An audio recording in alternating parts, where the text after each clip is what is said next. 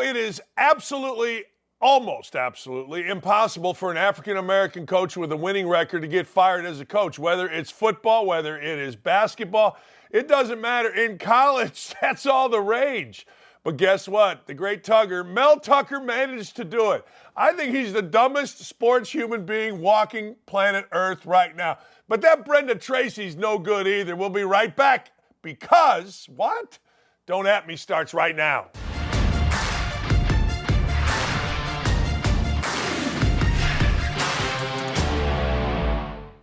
I will argue that Mel Tucker, the beleaguered, now fired coach of Michigan State football, is the dumbest coach walking the planet. There are a lot of dumb ones. He might be, ladies and gentlemen, the dumbest sports personality walking the planet. It is literally, and I'm sure this is not politically correct, but I got to tell you, every school wants to hire an African-American coach. You become a head coach in college. First thing the AD does is, you can hire an African-American. How many African-Americans you going to have? True story. I mean, people can get mad, and I hear all the time from Jamel Hill and everybody else how different it is for African-Americans, how much better they have to be. That's simply not true. I mean, look, I'm not going to get into guys I hired, but they would have never been hired were they white, some of them. Anyway, the deal is simply this. Mel Tucker, it is impossible to get fired at a school like Michigan State in a league that wants to be so politically correct. But Mel Tucker managed to do it and leave $75 million. I heard it was 79, then I read today it was $75 million on the table because, well, frankly, he embarrassed the university. There's a clause in his contract. It goes back to the old Porky's movie. Moral turpitude. That's what it says in the contract. Don't embarrass us. Don't shame us. Don't make us subject to ridicule as the head coach of Michigan State football. Mel Tucker did all those three things according to Michigan State. And then, this is how bad Mel Tucker's lawyers were. They used Mel Tucker's own statements through his lawyer against him, saying, look, you admitted to doing this. You admitted this. You admitted to baiting fish on the phone with Brenda Tracy. And by the way, Brenda Tracy is no prize either. She's a woman's advocate, right? She's a survivor. Hey, look, I pray for you. That's horrible. I know what you went through. It had to be absolutely terrible. But apparently she had come out of it, and now she's guiding people on what to do. And this woman couldn't get off the phone when the dude was baiting fish. He was sitting there beating it, and she couldn't hang up, say, hey, yo, Mel, call me back in a couple days when you and that thing that you're holding simmers down. She couldn't do that. She's the one telling young men and young women how to act, how to get out of situations, and she couldn't do it. She involved herself with a married man. And don't think for a second this is just two people on the phone. No. This is two people that developed an attraction on the phone many, many, many times because they wanted to be on the phone. They wanted to talk to each other. But Tucker took it two different places that it didn't have, three different places. One, the relationship became a little bit too close. That's one. Two, he beat it. And when you're on the phone beating it, and three, hell hath no fury like a woman scorned, and she got him. 8 months later, after he dusted her, after he broke it off, she got him. He thought he was getting her by, pulling on it. He thought he was doing some fun stuff. She got him. She's smart, she's devious, and she went after Mel Tucker. Nothing happened to her. I mean, let's be honest with you. When you have all those conversations before, and one of the conversations involves her talking about working out, so she can look better naked to a guy that she knows is attracted to her. Don't even start that. And this isn't me talking. This is my wife talking. Whenever we get in situations like this, I ask my wife, and she's like, come on, Dan. Every woman that age knows that's been through some stuff. You're not bringing up being naked to a guy that's into you on the phone. You're just not. So just stop it. I know, well, there shouldn't be anything wrong. Oh, just stop. I live in the real world. So Tucker, who was married, took it too far, and Tucker just played right into Michigan State's hands. Now, Michigan State has always been a dirtbag place. We know this. Larry Nassar is the poster child for it, but there's so much else going on there. They wanted to get rid of Tucker. They knew what I told Michigan State when they hired him. This dude was a fraud. Every person that I know in football that knew Tucker and knew of his work said he was a complete fraud, but he had a kid named Walker. And the kid named Walker in the transfer portal led him to an 11-win season.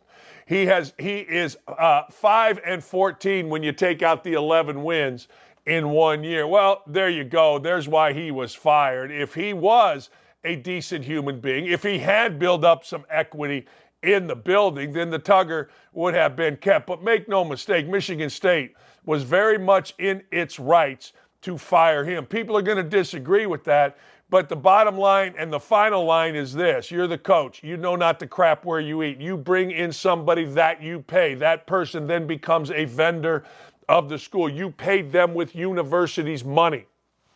And then you do this. Like, the Title IX stuff's all crap. You can have a civil suit. You can do all that. Hell, I had some woman accuse me of violence because I said I would not go at it in a pool with her. So all that stuff is just crap, garbage, and made-for-TV nonsense. The real is what's really going on with this Brenda Tracy. What is she really about? And, of course, the stupidity of Mel Tucker. Mel Tucker is the dumbest human being on the planet. Sports division, $75 million says so. Somebody will give him a chance because, well, he's an African-American coach that, you know what, has done okay. Not like he should be banned forever, but he'll get another shot. Not as a head coach maybe, but you know what, he'll make some money and life will be good, and at some point he'll become a victim. Damian Lillard is 33 years old. Did you know this? I'm going to go through this with you. 2019, he played in 20 games. 20. Oh, I'm sorry, I lied. 2019-20, he played in 66 games. 21, 67. Now, here's where it gets sexy. 22, 29 games is what he played in 2022. 2022-23, 58 games. He's played in 87 games in 2 years. He's 33 years old, and he's a guard. And frankly, he's never lifted a team out of anything. I mean, let's be honest. I know he was first team All-NBA 5 years ago. That's great. That's dog years in a guard in the NBA's life. Now, in the NBA, the guys are in great shape, and little kids coming up can't play dead, even though they're hyped to play. But that's the way the world works. The truth of the matter is the Milwaukee Bucks gave in to the great Giannis Antetokounmpo by him saying, hey, look, I'm out of here if I don't have a chance to win a championship. Well, he's already won one, and now he's got Lillard, and people are saying two things. One, that, wow, look at this, the pick and roll is going to be unbelievable. Okay, all right. Hey, I get it. Lillard has the street cred of a tough dude, so every NBA writer and white media guy kisses his ass, because if you don't kiss Damian Lillard's ass, then you're not tough, you're not street, because he's got that kind of reputation. Not as a bad guy. He came from the street. He has given back. He's all about where he came from, which is Oakland, which, if you don't know, is very, very tough, and he's a very tough dude. But white media loves that stuff. White media gets scared to death, particularly white NBA media, about saying anything bad. This guy makes shots from half court, and everybody goes wow as his team loses. This guy makes shots from half court, and everybody loses their mind because he gives a smirk. He makes 1 out of about 6, but you'll see it on SportsCenter. This guy hasn't elevated his team ever. And to say this is the new super team, it is, but it's only because Antetokounmpo, whatever his name is, may be the greatest player on the planet. So just stop it, stupid. Damian Lillard trade, nice, that's fine. Devin McCourty is a guy everybody likes. I can't hear Devin McCourty when he's on TV. He talks like that. Hey, look, he's like that guy Rafael Javis or whatever his name is on the Big Ten Network. I'm always going, huh? Devin McCourty, good player. He and his twin brother, fantastic players. Well, Mac Jones has a reputation of hitting guys in the package. Mac Jones, a little quarterback who looks like an accountant of the New England Patriots, has a reputation of kind of giving the old ball tap-a-rooney. Well, guess what? You're not supposed to do that. You're not supposed to do that, Mac Jones, Grayson Allen, who, by the way, was traded. No, quit hitting guys in the package. And aren't you guys in the NFL supposed to wear cups? Or are you advertising with them tight pants like I used to do in the tight shorts at Indiana? Yeah, that's right. No jock for me. Little bit of underwear, and guess what? The ladies loved it. The shorts were tight and others were big. I digress. We're getting too crazy here. Anyway, here's the deal. Mac Jones got called out by Devin McCourty. He did. He has to stop being around those incidents. It's getting to the point where, is it on purpose? Did this happen? Is it intentional? It's not going to matter. It's going to get the hell knocked out of him. I added that part to him because that's what happens in pro football or college football. You get the hell knocked out of you. Silo Sanders, Deion Sanders' son, effed around and found out. He was going to beat everybody up before the game. By the end of the game, he's in the hospital, pissing blood. Football's different. Basketball, well, Larry Bird didn't take his warm-up off. What a tough guy and won the three-point contest. Yeah, who cares? Football, they'll kill you, and you don't want to be killed. Patrick Surtain. Patrick Surtain apparently is a good player. Now, great. Patrick Surtain's father was a good player. Everybody's a good player. Patrick Surtain, his father is mad. Patrick Surtain's father says Patrick deserves better than the Denver Broncos. Let me tell you something, Patrick Surtain and your father. We deserve better than the Denver Broncos. That's right. We do. We all deserve better than the Denver Broncos. Who the hell wants to watch that crap? Patrick Surtain's daddy was in the NFL. Toiling in the soil. Shake my head to you deserve better. Okay. Well, maybe so. Now, this guy was an NFL player, older Surtain, for 11 years. But last I looked, I don't know, maybe my eyes were deceiving me, but Patrick Surtain's second got his ass beat left and right. They all did. We deserve better than to watch this guy give up 70. We as NFL fans deserve better than when guys are going to miss tackles, not put their nose in there, play like complete little batches. And that's what Surtain and the rest of his teammates did. We deserve better, people. Hey, Gritty, you deserve better. Sean Black, you deserve better. Van Pasterman, you deserve better. We all deserve better. Tell me about Patrick Surtain deserves better. Are you crazy? Anybody that paid money, that's a Broncos fan, that was at that game, you, ladies and gentlemen, deserve better than what Patrick Surtain and his little daddy are putting out on the field. Who are you crapping? Jeez, we deserve better. Yeah, I got to tell you something. Boy, this is a negative show so far, is it? Yeah, so far. I got to tell you. The NFL is flag football. I didn't believe it until, well, I was watching the game the other night and the Cincinnati Bengals defensive players looked like Deion Sanders trying to tackle. Deion Sanders, great corner, but he didn't want to tackle nobody. He wasn't getting hurt for nothing. He wasn't putting his nose into anything. But anyway, I watched it with the sound on, and everybody's running out of bounds, little taps. Well, I got to tell you, Fred Warner is a tough dude. Fred Warner ripped the NFL because he's saying it's flag football, and it is. This is flag football. This is really flag. I mean, I know guys are tough, and I wouldn't go out there in a second, but for these guys, this is ridiculous. There's so many different rules now with unnecessary roughness and targeting and all this other stuff. They basically are trying to slowly turn the game into flag football a little bit.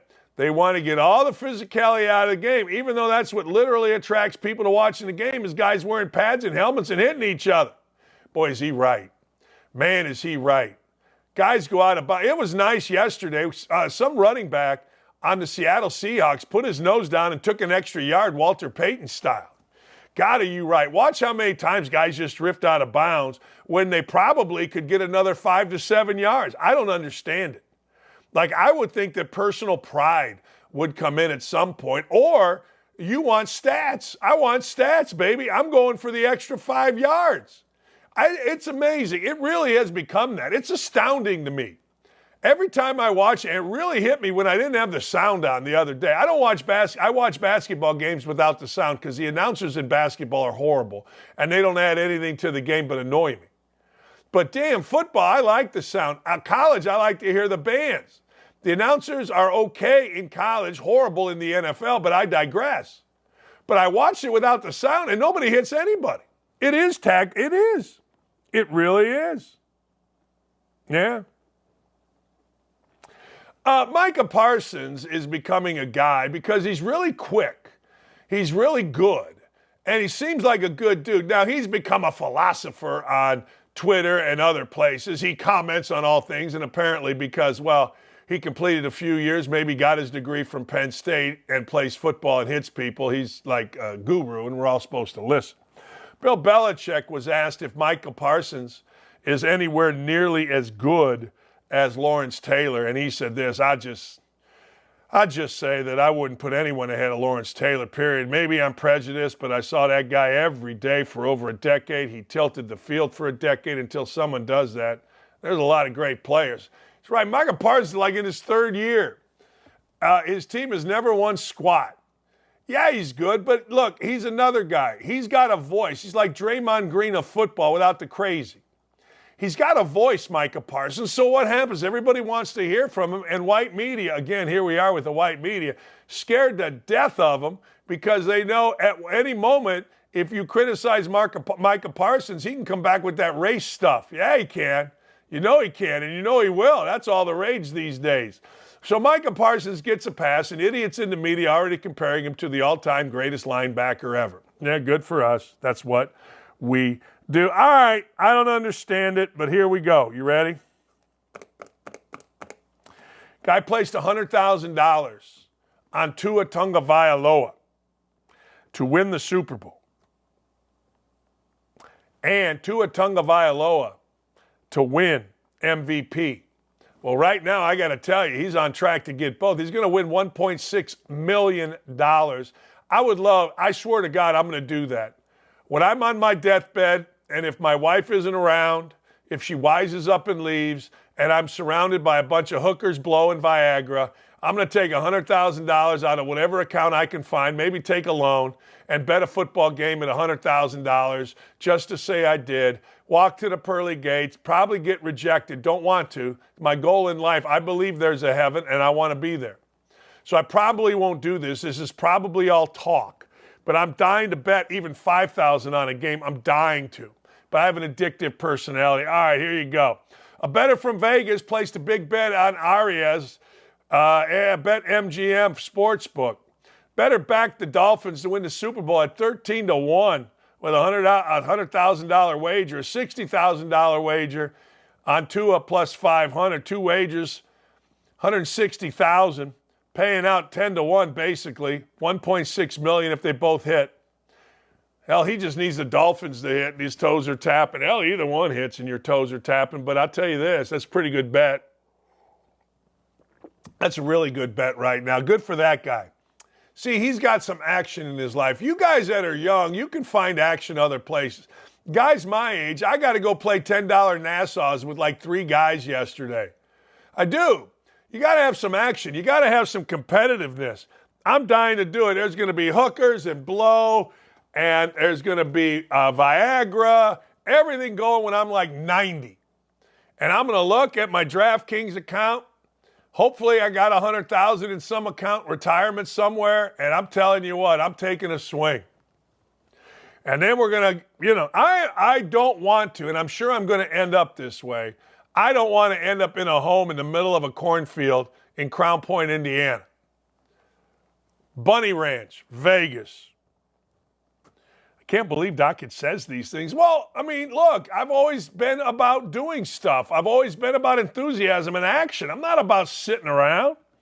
All right, the college football playoffs are starting to give me gas. I lift a cheek to you college football playoffs. I do. The committee is now leaning towards a 5+7 format. Okay. All right.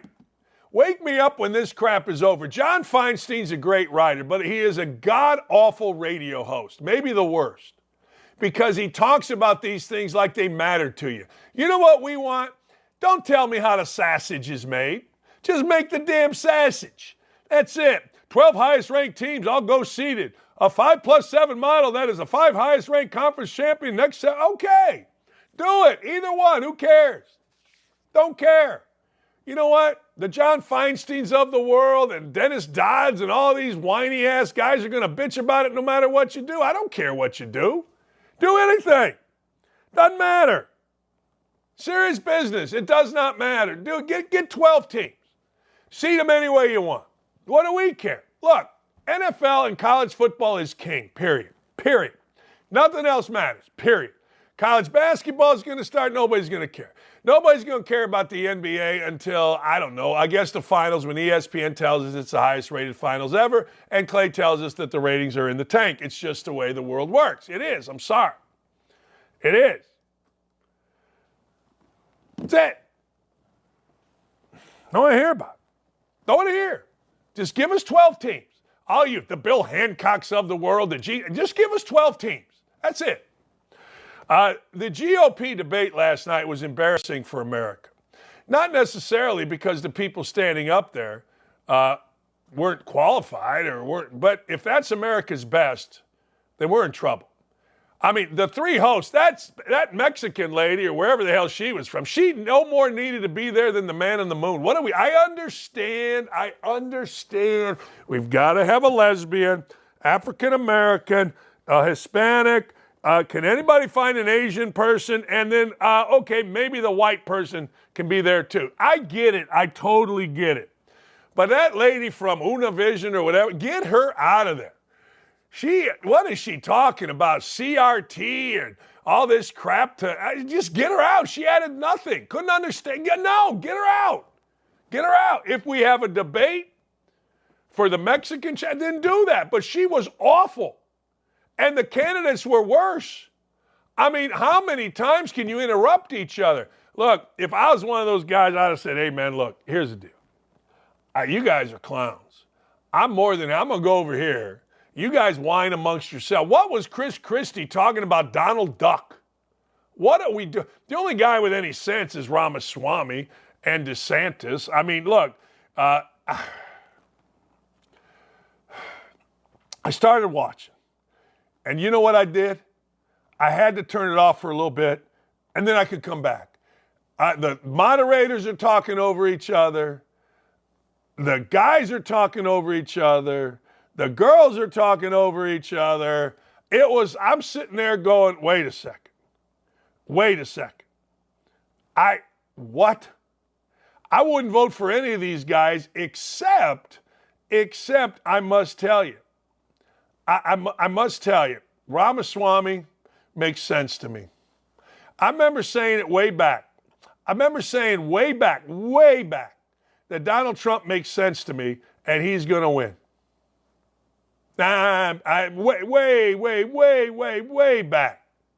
Way back. And now I don't know. Like, I have a hard time believing that Donald Trump's going to be out of jail. He's got 91 charges.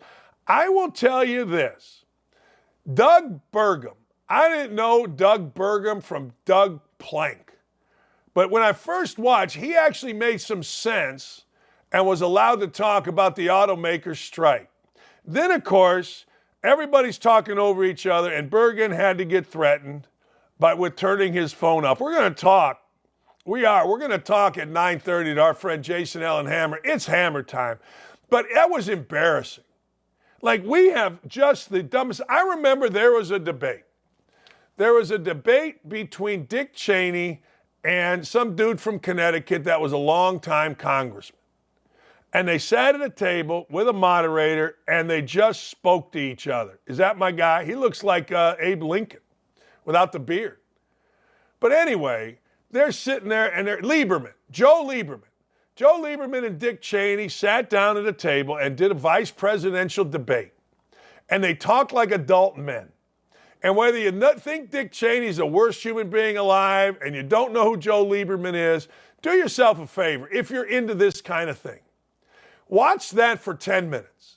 It was two adults it was like the Charlie Rose old show where he would sit across, maybe a guy or two's over there, or Larry King, and they would just talk. It wasn't yelling over each other. It wasn't idiot moderators trying to control the thing. It was dudes talking about what needed to get done, what their vision was, and where we go. Last night was ridiculous. And of course, Donald Duck, Jesus, did anybody have any feel whatsoever? Does Chris Christie not know? Does he not know that when you say stupid stuff like that, you're lowering yourself and you just sound stupid? I'm sure Chris Christie, I like Chris Christie. I talked to Chris Christie at a sandwich shop at Notre Dame. His daughter, very nice young lady, was a member of Mike Bray's managerial team. Great. I liked him. Christie was engaging. You could tell he was probably a good dude, but God dang, whoever came up with the Donald Duck. Well, anyway, so Joe Biden and Donald Trump, they end up going to the United Auto Workers strike. Last night, here's what Donald Trump had to say about Joltin' Joe sniffing Joe Biden. The only time Joe Biden has ever gotten his hands dirty is when he's taking cash from foreign countries, which is quite often, actually. It's quite often. Based on what we're seeing, it's much more often than anyone would have thought. But can you imagine an unannounced raid on his many homes? He would have made Senator Menendez look like a baby, just like a baby. Can you imagine? You know, they gave him 3 weeks' notice. You know, they said, we're going to raid your home over documents. They gave him 3 weeks. Would 3 weeks be enough? So I can imagine. I'd like to see what he cleaned out of there. Joe Biden only cares about enriching his own family. I care about enriching your family. That's why I did this. That's why I did it. That's pretty good. That's really good. How about, hey, Dan, we think you're doing some crap in your compound. We think there's some illegal stuff going on there. I tell you what, in 3 weeks, we're going to raid your home. So you got a choice. You can sit on your dumb you-know-what and let all the stuff sit, or you can throw it all in the lake. I don't know what you want to do, but we're going to raid your home in 3 weeks. Like, Trump's a liar about stuff, but he doesn't lie about this kind of stuff. This kind of stuff turns out always to be true. Every little skinny jean dude with a beard says, well, Trump's a liar, grab him by the, yeah, okay. And then it all turns out to be true. Trump's awesome. Now, you may not like Trump, and I didn't vote for him. I'll vote for him. I am going to vote for him this time. I'll tell you point blank. There's no way we can keep going down this road. But I got to tell you, man, his speeches are fantastic because he's like all of us. He just says it, though. I'm the only dude in the media that actually says what most of you think. But the fact of the matter is, Donald Trump says it, so I like him, and I liked what he said yesterday. All right, it's Hammer time. Host of the #1 afternoon drive time news talk show, Hammer and Nigel.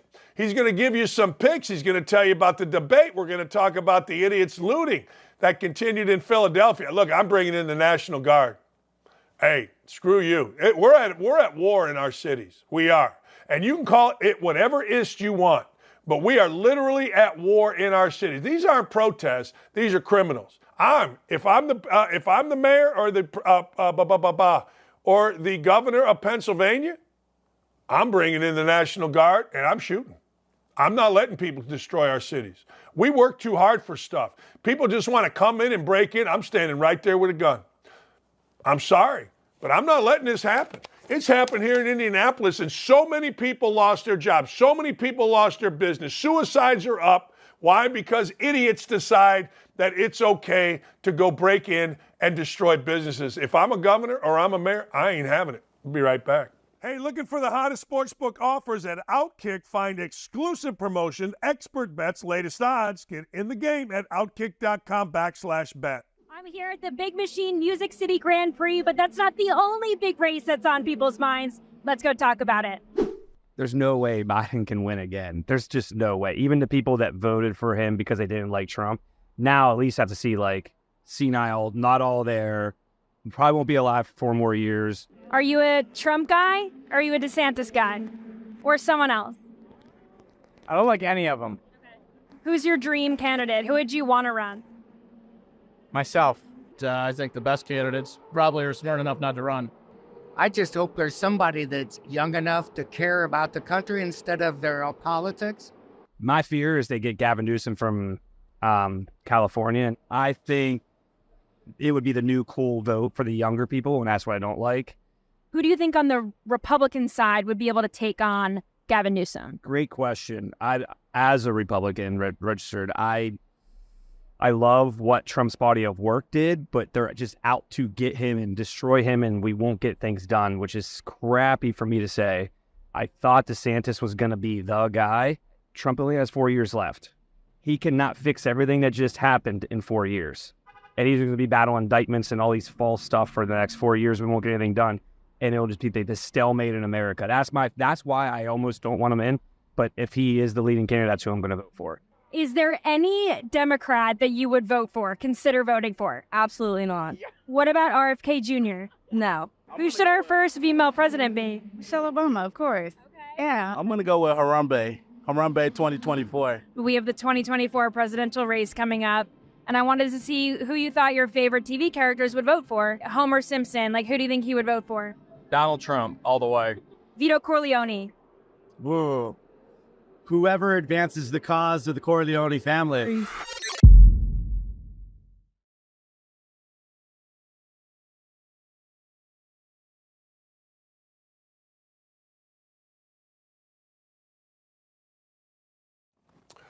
Jason Allen Hammer, half of the duo of Hammer and Nigel, which has been voted a couple years in a row the best afternoon drive time show on radio, news talk in the United States of America. And Hammer does everything. He will talk debates, we'll talk gambling. The Degenerate special last week's the only one he lost, and he lost it in overtime. I watched it. It was no good. But Hammer, last night I'm watching this debate, and I got to tell you, first things first. The Hispanic channel lady, she needed to go. There was no reason other than DEI score that she was there. And then the folks on the stage kept interrupting each other. It was an unwatchable mess, in my opinion. Coach, I put this on our social media last night. That was like watching an NFL preseason game because the biggest star was not going to see the field. And halfway through it, everybody's looking at their watch, they're looking at the clock, seeing when this thing would be over. It was just like NFL preseason last night. And it was bad all the way around, from the candidates to the moderators to the production value. The audio was awful. The audio was atrocious. Just keep everybody potted up. The only reason we're watching this thing is we want to see them bicker back and forth a little bit. Right? We know none of these people are going to surpass Donald Trump in the Republican primary. We know this. So at least let us get a little entertainment value here. Keep their mics turned up. And the lighting was so bad. Like, Mike Pence is not going to be confused for a tan man anytime soon. That's not George Hamilton. But he was extra pasty last night. The lighting made Mike Pence look like he just saw a ghost, or like a pair of boobies that weren't his wife's. He looked pasty white last night. And then you bring up the moderators. All you needed was Dana Perino. Now, she kind of crapped the bed late with that awful question about who would you vote off the island. Aside from that, Dana was pretty solid. She was the only one keeping any sort of order because Varney, Stuart Varney, don't call me Jim Varney, was scared to death to interrupt anybody. And the Univision chick, that might as well have been Donna Brazile. One, let's be honest. If we're having real conversations, it's tough to understand some of the things she was saying. And number two, asking Ron DeSantis that debunked, ridiculous question about academic standards in Florida and history lessons, the whole thing was a train wreck from the beginning until the end. Did anybody... what's the right way to put this? Did anybody cover themselves in glory last night? I guess the easy way is, did anybody win? No. Donald Trump won last night by not being there. Donald Trump won by speaking to the auto workers in Michigan. And I watched about an hour of that before that debate came on. And, you know, Trump did what he did. He didn't embarrass himself. He wasn't talking about the election of the previous cycle. You know, he was talking about how Joe Biden wants to get rid of all the, you know, folks working on American-made cars and replace them with, you know, new green policies, EV vehicle workers. That was the message that needed to be said to the Michigan auto workers. I wish he would have been a little bit more energetic. You know, it takes Donald Trump a long time to kind of get rolling to a good message, because I think his audience last night in Michigan, these auto workers who are predominantly blue, it's been beat over their head with a tack hammer that you have to vote Democrat. I think there's some of these auto workers now that see, wait a minute, we're out of work. There's inflation out the backside. Everything costs more expensive. It's $700 more per month for goods and services than it was a year ago. And this guy that's in office right now keeps talking about electric vehicles. He wants to put me out of work. So I do think there is a chance some of those folks that he was speaking to last night are at least considering the idea of voting for him, but he's got to be energetic about it. He's got to be the one that says, I'm the art of the deal. I'm the deal maker around here. You might not like me, but you need me. If he can do that in a quick, because everybody's got short attention span, quick, positive way, I think he's got a shot. So that's what I saw from Donald Trump last night. And then the debate started. And from the beginning until the end, it was just a train wreck. The audio, the lighting, the moderators. Ronna McDaniel, RNC chair, should be absolutely ashamed of what happened last night. You know, one of the things as I watch people, I go, all right, no, okay, maybe, okay, no.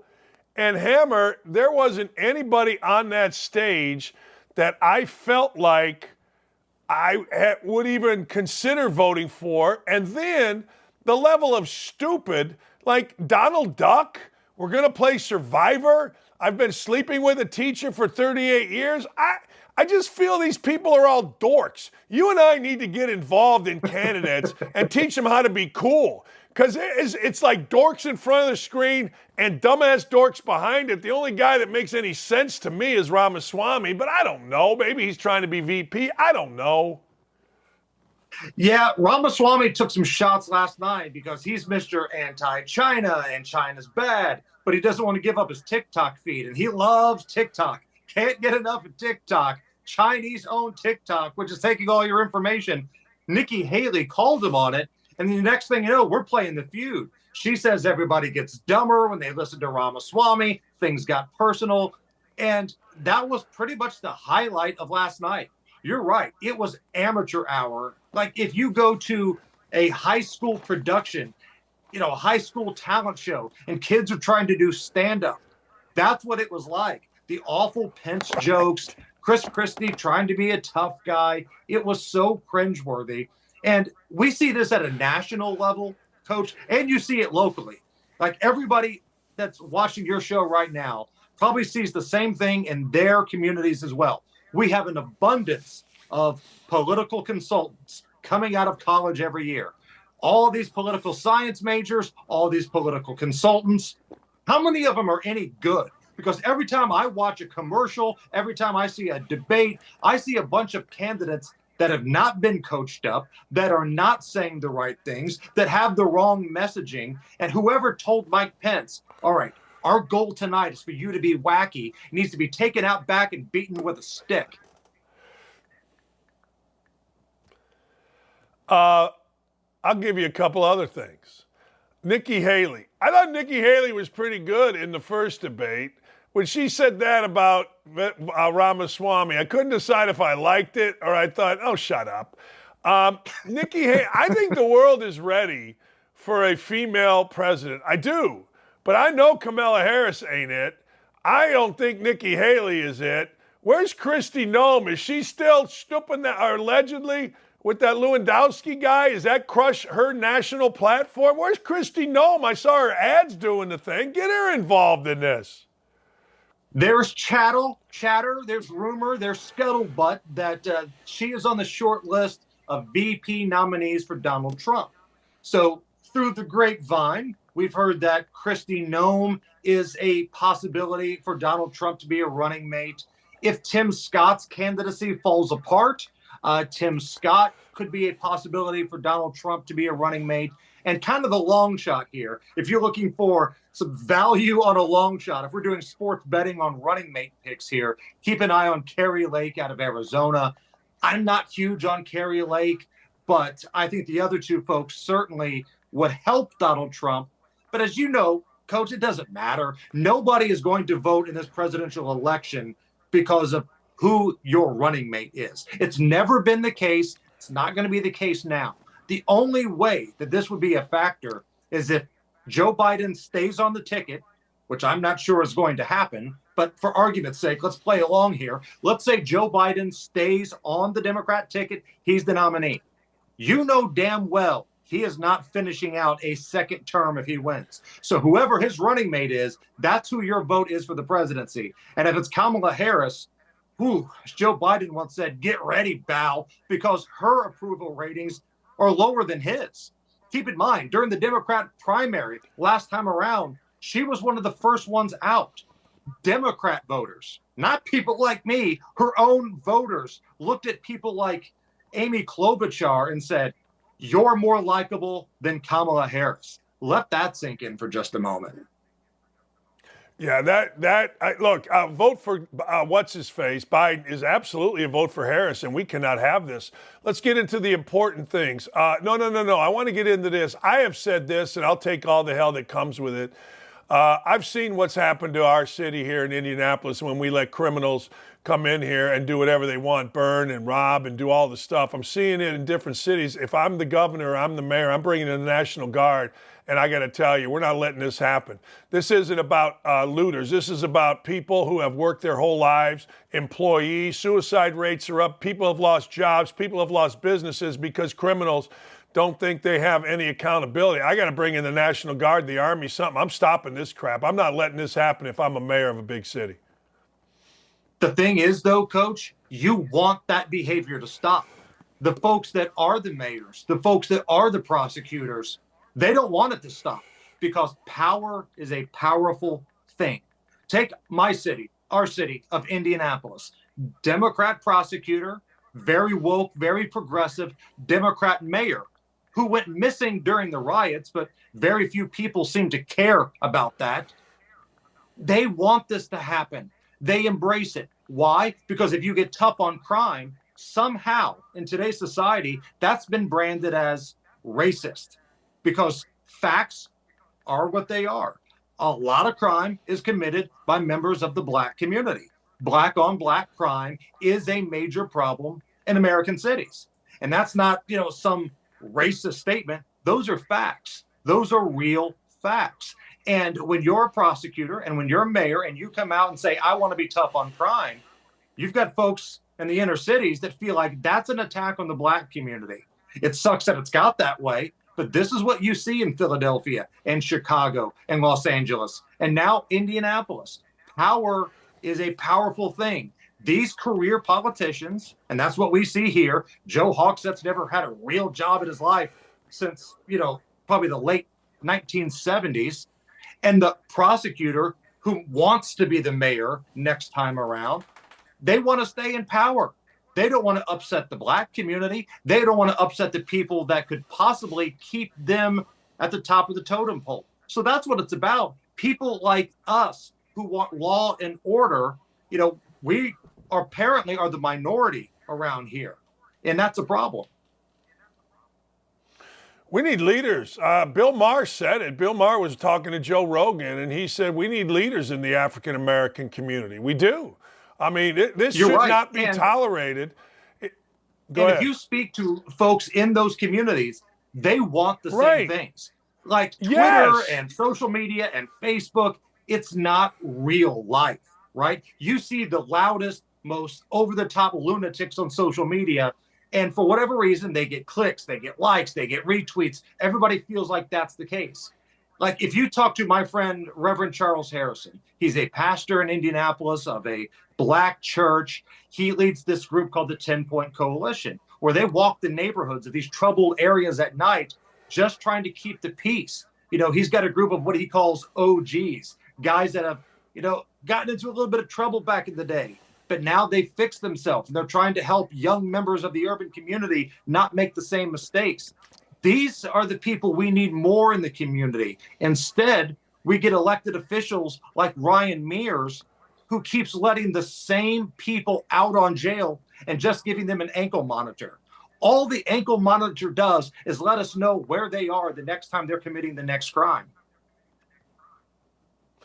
Yeah, I asked Ryan Mears on Twitter, like, how many ankle monitors do you have? Like, at some point, you got to run out. Because every day there's murders and everybody, it's robberies, rape, and everybody just seems to get an ankle monitor. No, you're right, but I couldn't imagine sitting there, as Joe Hogg said, or the mayor of Philadelphia, and doing anything but saying, hey, I got to stop this. And I got to tell you, if I'm Apple, I'm getting the hell out of Philly. I'm getting the hell out of all. People will buy Apple. We don't need these things in downtowns anymore. Get the hell out. If you can't control your downtown, screw you, is how I look at it. I don't know if I'm right, but god dang, Indianapolis, peaceful protests, my ass. Criminals came downtown Indy, period. That's it. And you know what? They destroyed it, and it hasn't recovered. And that's the biggest problem. It has not recovered. And this isn't just on Democrat leadership. If you have a wishy-washy Republican, this is the same thing. Oh. The governor of Indiana is Eric Holcomb. And when rioters were marching up the street, ready to storm his mansion on the north side of Indianapolis, he called that noble. He actually met with the leader of that group. They had a one-on-one meeting at the governor's mansion where they discussed justice reform. That leader of that group was a guy by the name of Malik Muhammad. If you look him up now, he's in jail out on the West Coast for attempted murder of a police officer. He got a one-on-one meeting with the governor. Meanwhile, people who just wanted to open their businesses during COVID were called a petri dish.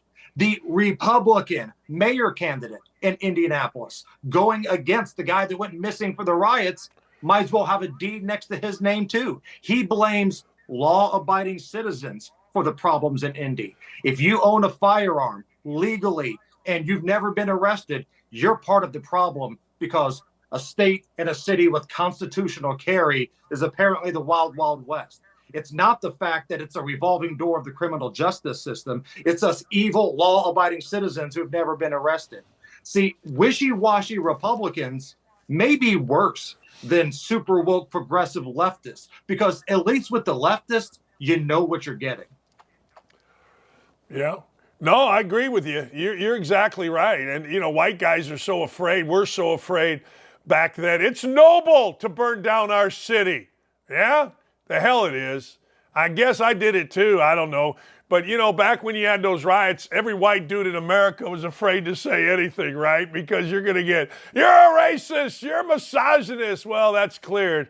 And now I think we can say those riots, certainly in Indianapolis, were done by criminals that should be prosecuted. And the prosecutor and the mayor and the governor suck for allowing them to have it. That's my take on it. Look at the stupidity on parade, Coach.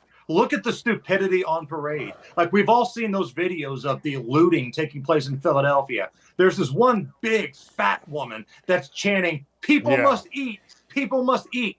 It's a liquor store being looted out. Yeah. Last time I checked, that wasn't a Kroger, and people weren't taking cereal home to their kids. And in Chicago, with these smash and grabs, they're calling it reparations. That's the way they talk themselves into being criminals. Well, this is just reparations. It's gross. It's ridiculous. Yeah, old Meatball's fat ass was crying in her mugshot, the woman that said, we got to eat. Yeah, that much food at the Apple store. You know what? I don't see people robbing the hardware store, getting work boots, and welding equipment. Yeah, I don't know, man. Maybe there is food at the Apple store. We got to eat. That's what that idiot AOC said, too. They just want to put bread on the table. Yeah, okay. You got any good bets for us this weekend? I liked you last week. You were strong. So, a couple plays here. Number one, let's keep a degenerate special going here. Got our hearts broken last week in overtime. I'm looking at Coastal Carolina and Georgia Southern. The over-under is sitting at this one. Last time I checked, at 64. That feels a little high to me, because Georgia Southern loves to run the ball. Coastal Carolina, their defense isn't awful, but their offense is a little hit and miss. So all of these factors put together, running clock in college football, it doesn't stop on first downs anymore, running team, can't score. This feels like an under to me. I hate being the under better, but 64, just like the rent, feels too damn high. So we're going to go under. We're dropping this bad boy low with Georgia Southern and Coastal Carolina. Now, if I'm looking for some points, if I want to pick up some points, how about Syracuse getting a touchdown at home against Clemson? Clemson coming off just a back-breaking loss, just a devastating loss where they grabbed defeat from the jaws of victory. man, that's a loss that might stick with you for a while. Their special teams stink. Their offense is hit and miss. Defensively, they're not bad. But Syracuse at home, I know that crowd's going to be into it. It's a much bigger game, I think, for Syracuse than it is Clemson in terms of the way the programs are looking at this. I'm getting a touchdown at home. Syracuse is a pretty good second half team.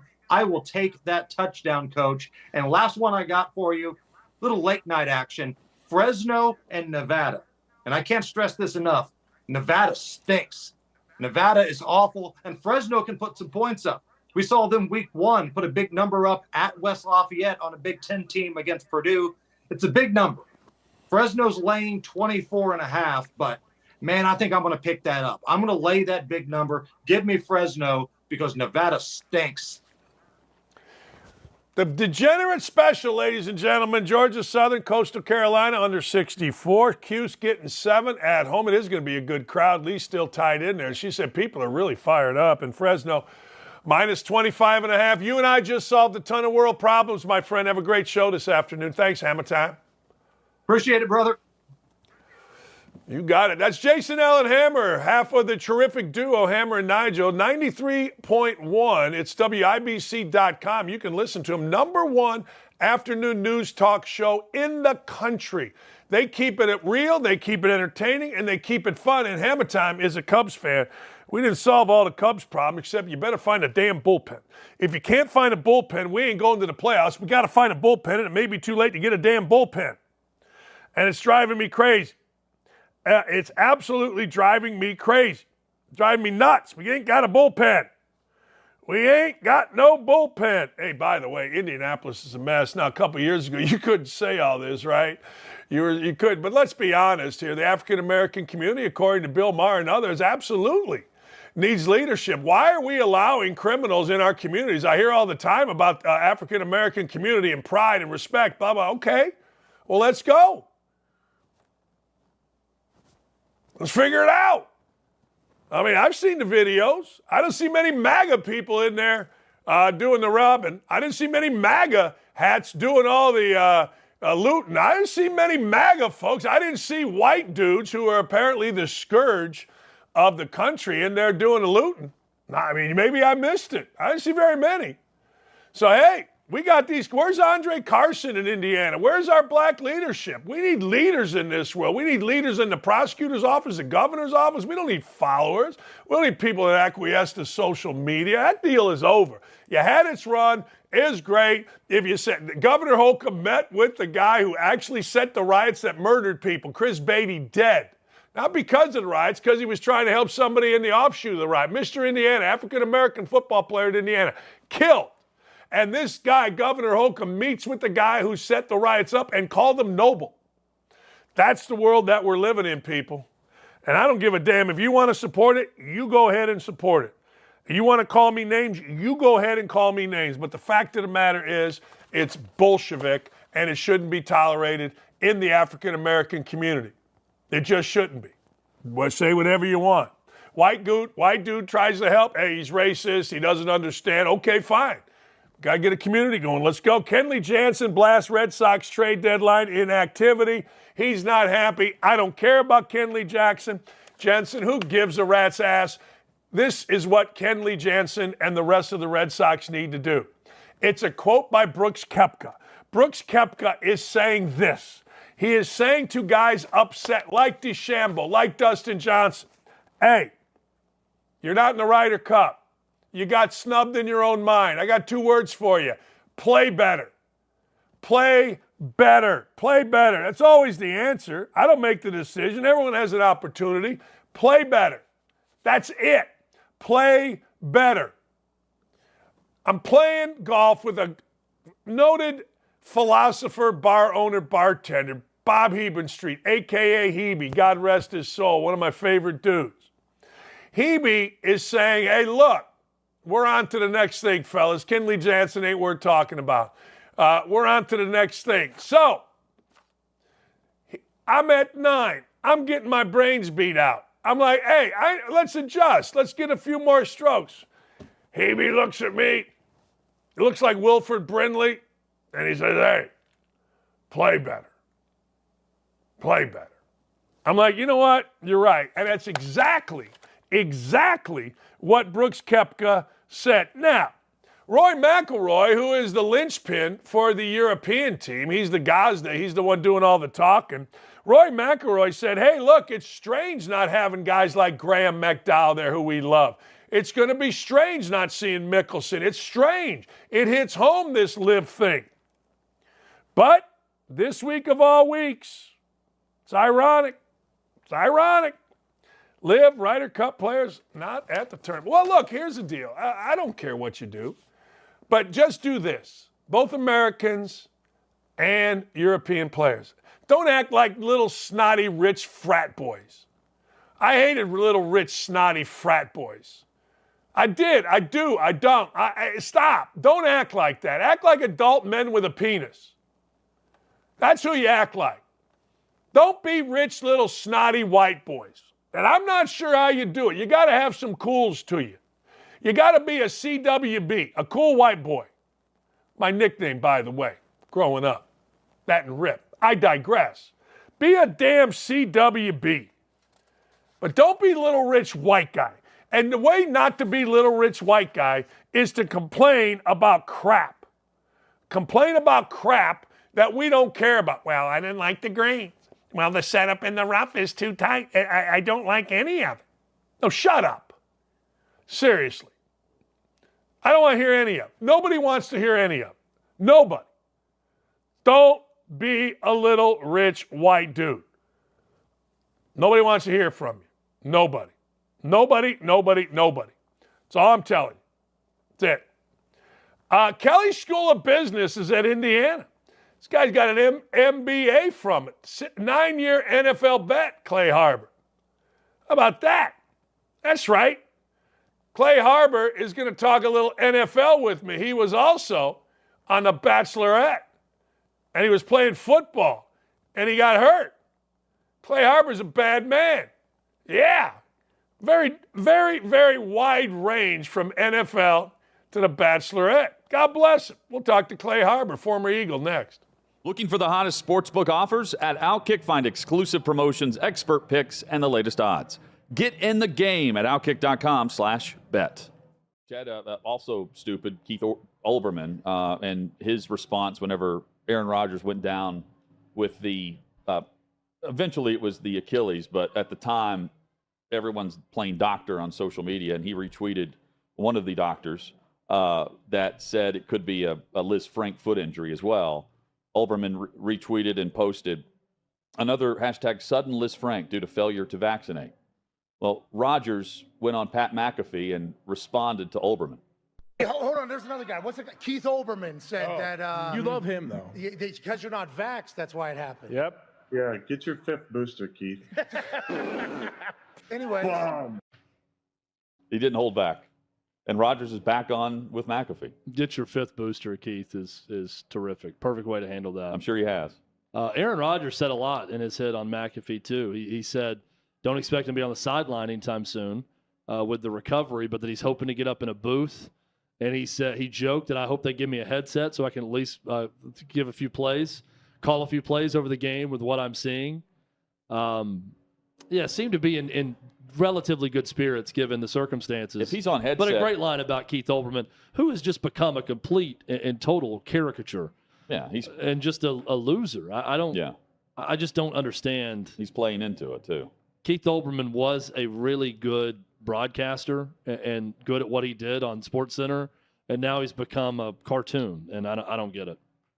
Yeah, and then last season, not requiring it. The season prior, you've got Rodgers who was inoculated, and Olbermann was leading the charge against him, and then soon after, the league stopped. Hey, good for McAfee bringing it up on a network, by the way, that got sued by Sage Steele because she sued them about speaking out against vaccinations. That's right.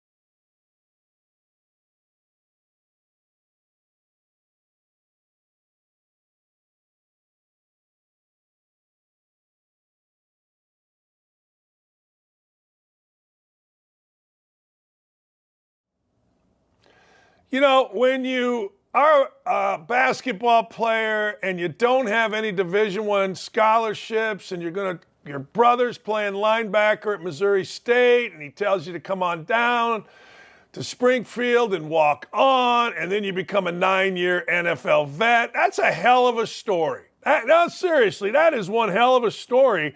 And it gets even better. Clay Harbor, nice enough to join us, he did that. That's a hell of a story, man. That's pretty good. Congratulations. Thanks for coming on. No, appreciate you guys having me. Yeah, apparently I needed to work on my crossover a little bit more back in back in my day, but it all worked out. I don't think I would have made the NBA anyhow. So it was a better look to go for football. If you're not a 6'6" and 6'7", you try to make the NBA, it ain't gonna happen anymore. You got to be big, you got to be tall, you got to be fast. A little bit easier to make the NFL, I'd say. Yeah, but that's the same thing to be an NFL tight end that you were. I mean, you got to be a freak athlete. Come on. Yeah, you can check the combine numbers. I had a 40-inch vertical, the fourth all-time in tight end history. I had 30 reps of bench press. That's top 5 in tight end history at the combine. And then 10-5 broad jump, 4.5 40-yard dash. So I was a guy that could test a little bit. Coming out of Southwest Missouri State to Missouri State, you need to be able to do all that. Yeah, that's right. I forgot. Alford, the basketball coach there, was a college teammate of mine, and I learned all about Southwest Missouri State. All right, but I got to ask you, I had a former player that was down to like the final 5 contestants of The Bachelorette, and he disliked the girl so much that he told them, he said, look, you got to get me off this show because I'm going to embarrass her. I've had enough of her. So they got him off the show. You were on The Bachelorette, which, by the way, is must viewing for my family. And you got injured, so you had to leave the show. I mean, that really tells me you didn't really like the girl. Like, a guy like you isn't getting that injured. Come on, you're not getting that injured that you got to leave a show. You didn't like Becca. Who is your ex-player, first and foremost? I'm curious now. He became a star. His name is Graham Bunn. He became he was on all that Bachelor in Paradise. This is a girl named Dina Pappas probably 10 years ago. And he's like, yeah, I wasn't having that action. So, he took a hike. And so don't try to change the conversation. Let's break some news here. You had enough of football players play. They cut their fingers off to play. You got a little dinged up in a football game with a bunch of other guys, and you said, screw it, I'm out. No, honestly, it wasn't. I had actually been injured the year previous on the New Orleans Saints. I broke my wrist. I didn't break it. I tore some ligaments in my wrist and fractured my sesamoid blade and my toe in the same game. And I was on IR all year. Been cleared, but my wrist never felt the same. And I'm like, I'm going to make this opportunity to go into a dating show. I go, what are the odds that I get hurt on a dating show? I think it's just next thing you know, they have us playing in a football game. Okay, my wrist should be fine. Most of the game I'm just chilling, throwing passes, playing quarterback. End of the game, I'm like, let me go win this thing. Playing against a male model and a dictionary salesman and a guy that drives a UPS truck. All these guys from The Bachelor. So I go, and the first time I use a stiff arm with my left wrist, the hand that was injured, the thing just pops on me. It was never fixed correctly, and I actually had to go get it fixed. So it was something that really happened and really required me to get surgery on it. So that was unfortunate, man. So I did actually like her, surprisingly. But, I had to go get the wrist fixed so I could attempt to still continue to play, which I ended up having a workout with the Buffalo Bills. Fast forward, I got healthy, finally got my wrist back in shape. But midway through the workout, I ended up tearing my groin.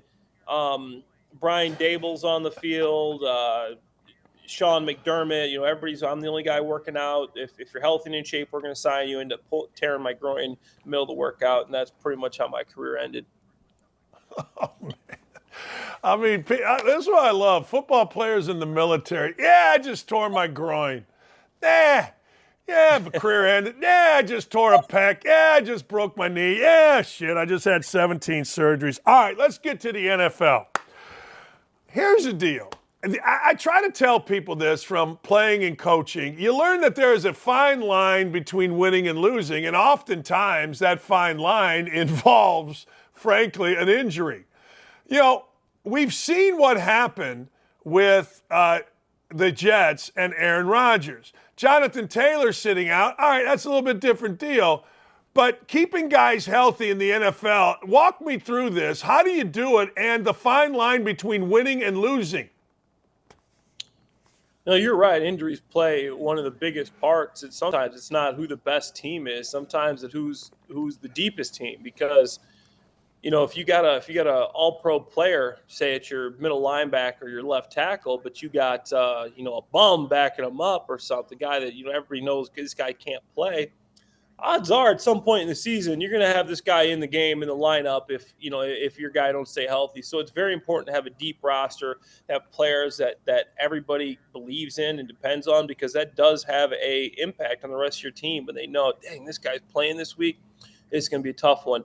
So that's a huge issue. And then it just comes down to, guys taking care of their bodies, man. It's, sometimes it's an accidental thing where it's just something you can't avoid, but sometimes, maybe it's a guy that just doesn't take as much care of his body as he should. So there's a fine line there between, was this guy, something unavoidable, or is this something maybe this guy, if he's in the training room, if he's in the weight room, if he's getting massages, if he's doing everything right, soft tissue stuff, could he avoid it?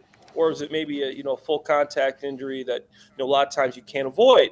Maybe some ligament stuff, like who knows? So there's a fine line there between injuries. If I knew how to prevent them, I'd be a very, very, very wealthy man.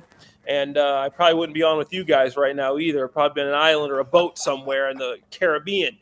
But, it's interesting, man. And I think that is a big line between, winning and losing. And then obviously game plan, coaching is huge. What plays are going to get the right plays called. And then you got to be a teacher as a coach. If you can teach these guys how to be successful, how you want them to run your system, I think that's important as well.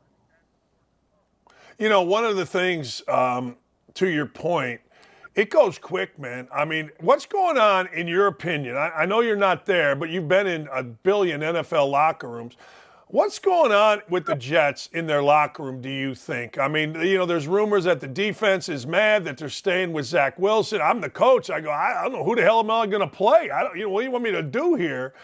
What would that be like inside of a locker room with seeming dysfunction? I love Robert Saleh. He was the linebacker coach when I was in Jacksonville playing with the Jags. He used to love me as a player because I was one of those guys that was kind of a, quote unquote, a dick.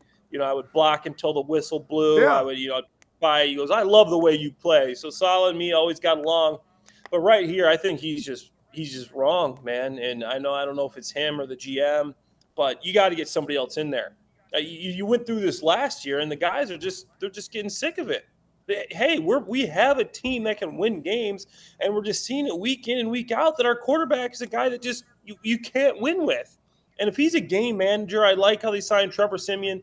I think Trevor Siemian's an underrated signing. Obviously, he's not a wow signing, but he's a guy that'll go out there and have at least an 85 rating and not throw 3 picks in a game and just take sacks. And, I think Zach Wilson has had his chance. They're comfortable with him because he knows the system. You don't have to coach him up right now. Try to get him to understand everything, completely go teach him the system on the fly. So the full playbook's open. Only problem is he doesn't know how to execute it.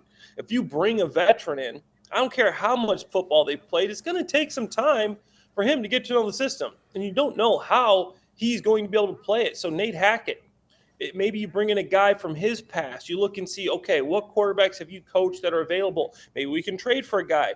Maybe there's a guy that knows our system that we can bring in. That is one way I think the Jets, probably the only way the Jets could get somebody in here to play better and fast. Well, let me ask you then, because how long will it take a guy like Seaman to come in and play? He's a veteran. He's been in the league. You like the signing. Are you saying they're signing him, in your opinion, to eventually take over? I think so. I mean, you're going to teach this guy, Trevor Siemian. He's a Northwestern grad. I know Northwestern's been in the news. I hope he wasn't involved in any of that, that shower stuff we got going on over there. But I think he is a good signing. He's a smart guy. He's actually a very good buddy of mine. We used to throw in the offseason. He's from Chicago. I'm from Chicago. I'm in Chicago right now. We'd go and train at the same facilities. And the guy's just a smart, dependable. He's not a big personality. He's not going to do anything crazy in the locker room, but he's going to get his job done. He's going to study. He's just what we like to call a pro. The guy's a pro. He knows what to do. He knows the reads to make. He's pretty slow. I mean, it looks sometimes like, Trevor, bro, you're running in wet cement today. He's like, hey, man, that doesn't matter. I got pocket presence, you know. So he's a guy that does have pocket presence. He's not fleet of foot, but he can get the job done. And with this Jets team, you don't need to do that much. You got a good running game. You got a great defense. I mean, before, you know, they've had a couple of struggles last couple of weeks, but you can't deny this defense is a great defense. You got a good running game. You got weapons on the outside. Garrett Wilson, obviously. So now you just need a quarterback that's not going to lose you the game, that can just get the ball to these weapons. I think once Simeon digests the offense, he can do that. And then Nate Hackett, he's got to go down his Rolodex and see if, you know, maybe a guy from his system that he used to coach is available. I got a guy for you. How about the boat, Blake Bortles? Back when I was Nate Hackett was my quarterback coach in Jacksonville. We had Chad Henne and Blake Bortles. Both those guys could play a little bit of ball. I mean, obviously these are guys that retire, and that's I'm just randomly throwing out names here. I don't know if they're, but those are guys from my experience with Nate that do know his system and can play. Yeah, with Simeon saying I'm slow, but I got pocket presence, I just thought of this. When anybody tells me, you know, you're a freaking bald guy, I say, yeah, I'm bald, but I got a great head shape. You know what I mean? So there you go. You got to come up with – you got to come up. Hey, tonight we got a pretty good one. I'm all in on Jordan Love. I don't know why. And I like Matt Goff too. I kind of like both of these teams. And I'm a Bears fan. I grew up in Gary, Indiana. I grew up in the Bears in '85. They're my team. But I kind of like both of these quarterbacks. The North remembers. You know, so this is going to be a battle for the future of the North, man. You know, you saw Game of Thrones, the battle in the North. They're taking on the White Walker. This is just like that battle. This will decide who holds the North, and I think for years to come, because the Vikings, they're not heading the right direction. Unfortunately, I'm a big Bears guy, but my Bears just look horrendous. They look terrible. Oh. You know, Justin Fields looks like he is not the guy. We're back to square one. Everybody in Chicago is talking about the draft again. It's just a complete disaster. This defense has to be, they've given up 25 points the last 13 games in a row with a defensive head coach. So let's not get started on the Bears. But like you said, the game tonight, I'll be glued to the TV. You know, my Bears aren't one of the North, but I'm still curious who's going to. And I like the Lions. I think Dan Campbell was an old tight end coach of mine. Love Dan Campbell. Sam Laporta was my tight end one coming out. I'll go back and I'll pull up the receipts because I know you don't believe me. But he was my tight end one coming into the draft, and he's playing well. He's leading all tight ends in receiving yards. You don't have an affinity for tight ends. And then, you know, the rest of Amon-Ra St. Brown. With a name like that, you better be good, and this guy is good. He's quick. He can catch the ball. Aiden Hutchinson, couple sacks last week. The defensive backfield's revamped. Cam Sutton can guard number one receivers. C.J. Johnson. Jack Campbell's playing solid. So I think this team, Brian Branch, that guy's showing as a rookie. He's got more tackles than any other safety in the league. He's playing. People are making fun of this draft. Looks like one of the best drafts in the league now after it happened. So overall, I love the Lions, but I'm with you. I think the Packers win this week because Taylor Decker's out, the left tackle. In Green Bay last week, 4 sacks. They can get pressure. I think their defensive line is underrated.